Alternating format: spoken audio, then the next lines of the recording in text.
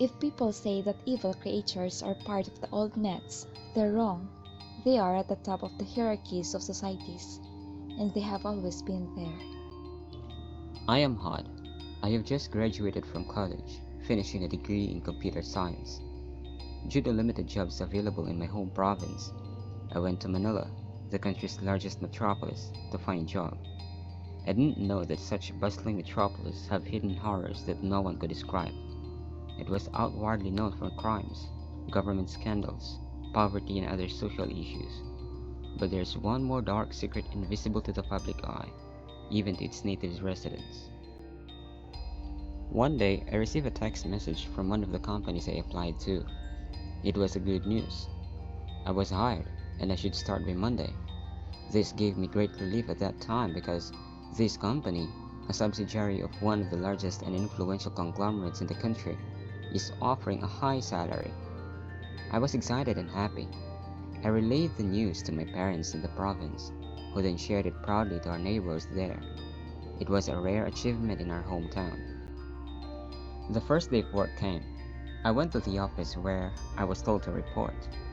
A human resource personnel met me and guided me to the IT office where she introduced me to my supervisor.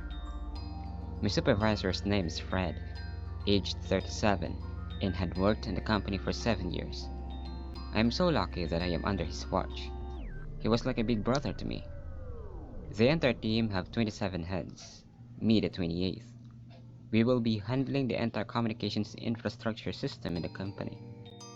Fred toured me to all the offices in the building and explained to me the extensive telecommunication network that connects all the offices to the central database. He also introduced me to my co-workers, and I was told that the company still need 2 more people of the same skills with me. I wasn't told yet for the real reason, so I just thought that the need for additional heads was to have sufficient manpower for the network size.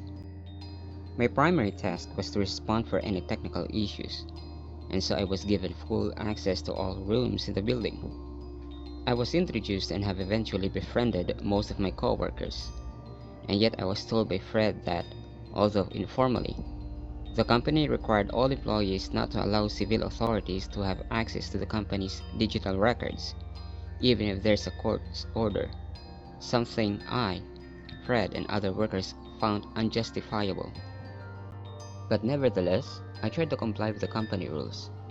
I cherished my work because, like other people would believe, a career will bring me success. After a few weeks, our team was added with 2 more people. They were Karen and Lizelle, the company's newly hired employees. And like me, they came from the provinces too. Fred toured them to all the offices in the building and were briefed for their assigned roles. I eventually became friends with them. But I became more closer to Karen, with whom I later developed romantic feelings. Every day I was inspired to go to the office, not only because I loved the job and its high salary, but also because of Karen. She's neat, beautiful, intelligent, and talented. Fred and I also became close friends of Lizelle. In just 2 weeks, the 30-member team were able to know each other well, and other departments of the company noticed our close friendship too. One day, I received a call from the CEO's office that the computer there was having a technical issue, and so we went there to check the computer. The entire room was so spacious that 10 cars can be placed there. This was because there are 5 assistants who work there. But I noticed that the office doesn't have a CCTV camera, which surprised me. Fred and Lizelle was with me, so I asked Fred why there is no CCTV in the very important office, unlike the other offices. The CEO, whose identity I will hide by the name Kent, asked me how long will it take to fix the computer. I said it depends on the problem.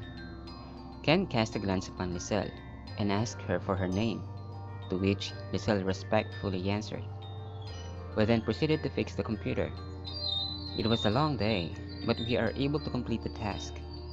We went home after it, but I was bothered with the lack of CCTV in the CEO's room. Why is it that there was no security camera installed in Kent's office? That office should have been installed with camera. I plan to ask Fred about this tomorrow, but the next day, I went to the office early. But I was able to ask Fred, who said that it made him wonder too. Honestly, I don't have an idea, Fred answered. I was told that it was the boss will, so we just follow orders. But I wonder that Liselle didn't come that day. In fact, I have never seen her again. After a few days, I came to ask everyone in the office if they had heard anything about Liselle. But most of them were silent. One answered, Fred, who told me that it was common in the company that many newly hired employees will not return back after a few days, weeks, or months. That's why the company keeps on hiring people. Why do they leave? I asked. I have no idea. Fred said. This was already happening when I came here. It is rare that newly hired people will stay for at least a year. So I hope you break that. I was shocked when I heard this. I tried to contact Liselle, but she was unreachable. I and Karen were saddened by her sudden departure from the company. Now our team being reduced, we asked the HR department to hire one more applicant to fill Liselle's position, in order to meet the needed workforce headcount. After a few days, a new employee was hired and was added to our team. Her name is Faye, and as accustomed, Fred toured her to the entire building. Karen and Faye became friends, but I was still bothered by Liselle's sudden disappearance. I am not convinced that she left the company by herself, because I heard her one time that it was a dream come true to work in this company. And the last time I saw her, I didn't see any hint in her face about leaving the company. That it was a common occurrence in the company made the case more mysterious. There must be something that's happening behind this. One co-worker told me that the last time she saw Liselle was the last day she reported to work, that she was at the building's lobby, just returning back from the outside of the building after she received a call from somebody.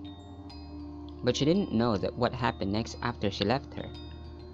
She didn't disclose anything except that she was called back. Do you see any sign of fear or anxiety in her face at the time? I asked. No, she seemed to be actually happy. My coworker answered. After a few days, the CEO's office called us again about some computer problems in their office. At this time, only Karen and Faye went there. They have successfully fixed the problem and went back to our office happy, conveying to me that the three of us were invited to the CEO's house by 7 p.m. of that day. I was surprised. For what is that? I asked them. Dinner! Mr. Kent was probably happy with our performance. Faye answered. Really? That's an honor, I said. Was it only for the three of us? I asked. Yes, that's what Mr. Kent said. Karen replied. But how could we get there? I asked. Kent said that a car will be provided later, said Karen. This is pleasantly surprising, I said. I began to be curious of Kent's character. It is very unusual that the CEO of this large company will host a dinner in his home exclusively for the three of us, the newest members of the IT team. I was so excited. For me at that time, I regard this as a token of success. By 7 p.m., we rode a car going to Kent's home. It was a mansion, surrounded by high walls, and it had a metal gate. For somebody like me who came from a poor family, it feels like a privilege. Upon entering the gate, the driver dropped us at the mansion's main door, where we were welcomed by the housemaids and guards. Mr. Kent's wife also met us and invited us to enter their home. It was palace-like, and when we get in, Mr. Kent met us and told us to sit in the chairs of the main table. I prepared this dinner to congratulate you that you are the best performing employees among the people hired this year. You guys did a good job, Kent said. You're welcome, sir. Faye said. Hopefully you can share your knowledge and best practices to your fellow workers in your department, Kent continued. Sure, sir. We will do. Karen said. Thank you so much. Now let's start to eat, Kent replied.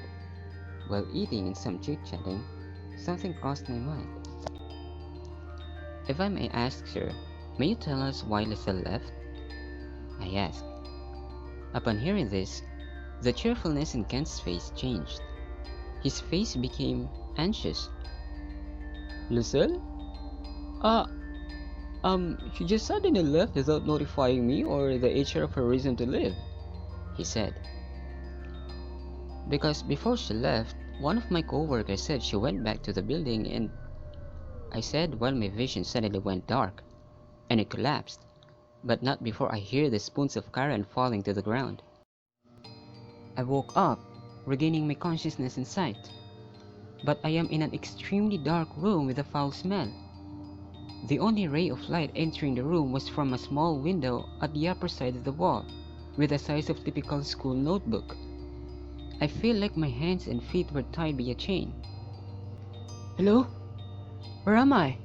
Is anybody there? Help! I shouted. I suddenly heard a voice. Had, is that you? It asked. Yes! Is that you, Karen? I asked. Yes. Karen replied. Where's Faye? What happened? What is this place? I asked. I'm here. We were imprisoned in this mansion. Faye answered. What? And why? Karen asked. I don't know. We just collapsed, feel unconscious, and now we're here. Faye answered. Kent must have a bad intention. He fooled us. We need to go out of here as soon as possible, I said. But how? We were bound with chains. Karen asked. Maybe we can ask for help from the housemates. Faye said. No, they're an accomplice too, I said. Then we hear the door being opened, and we see something like an old woman with glowing eye pupils came in. Her eyes is the only visible thing in the room other than the small window. Meat. Live human meat. She said. Karen started to scream. I then heard Kent saying from behind, Get one, mother. The old woman seems to have transformed into a monster. Oh shit, I said.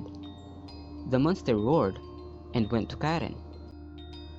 Karen was overwhelmed with fear and lost consciousness. No! Don't touch her! You bastard will kill you! I said. The monster then turned to me and held my arms and opened wide its mouth.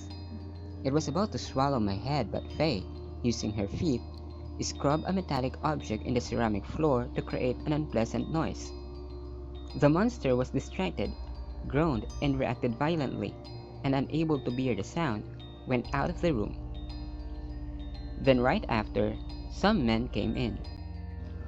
Their eyes were glowing too, and went to Faye.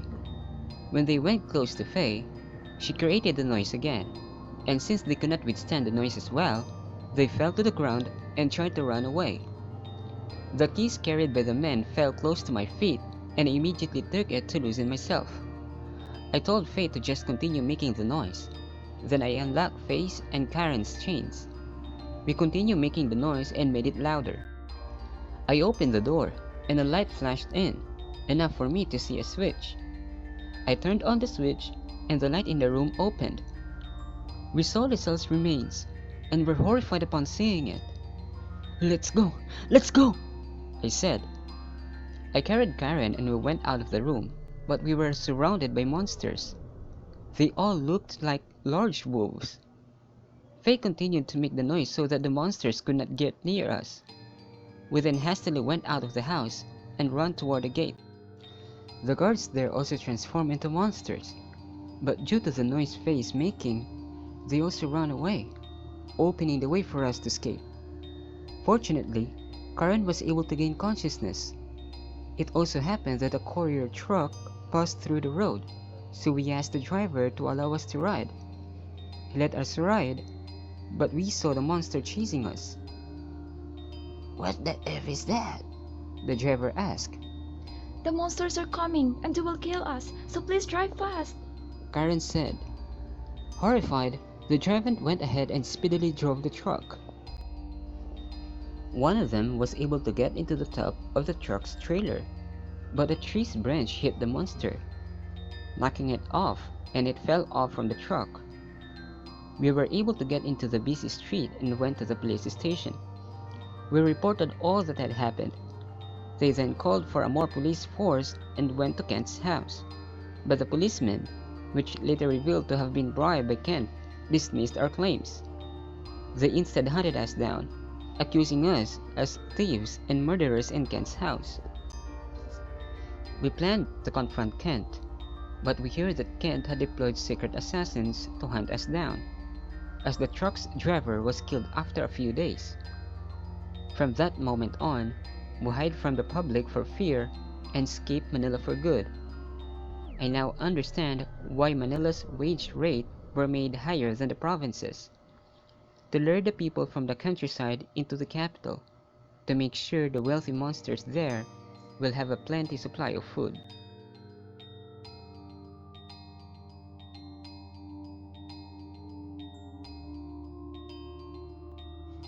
I would like to thank my new subscribers, Geoff Macabreo07, Lilis Huarni, creators of SMG channel, and Kajang Francisco. Special mention and shout outs to my ever loyal followers and supporters, the Arc Star, Rika Official, Philippine Horror Stories ni Kuya Nox.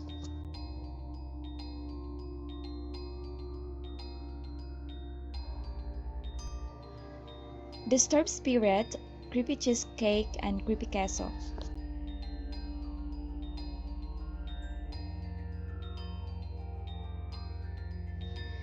Kwento Captain Kokak, Dark Hub PH, Miss Midnight Horror Stories.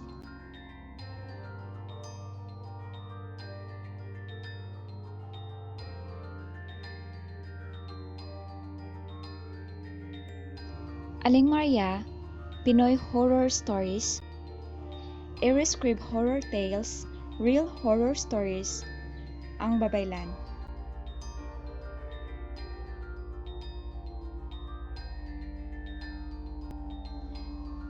M. Janes and Terreno, Atelis Vlogs, Bisdak Family TV.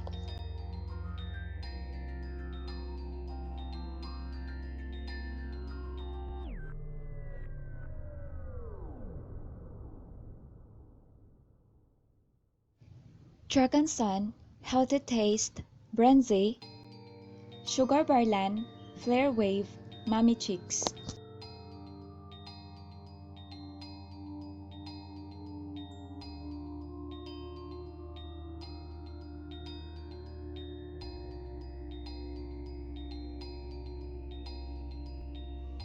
Inday TV 2020 Pinoy Sister and Brother Show, Jimalyn Adriano, Zuzette Butler Crafts.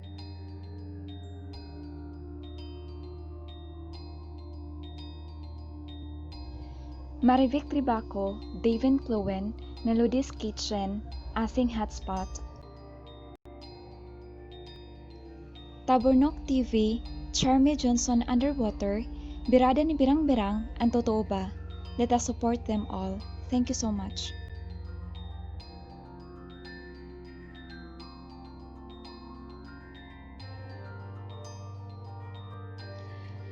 Thank you for watching. If you like to be updated for my next video, please don't forget to hit the notification bell next to subscribe button. God bless.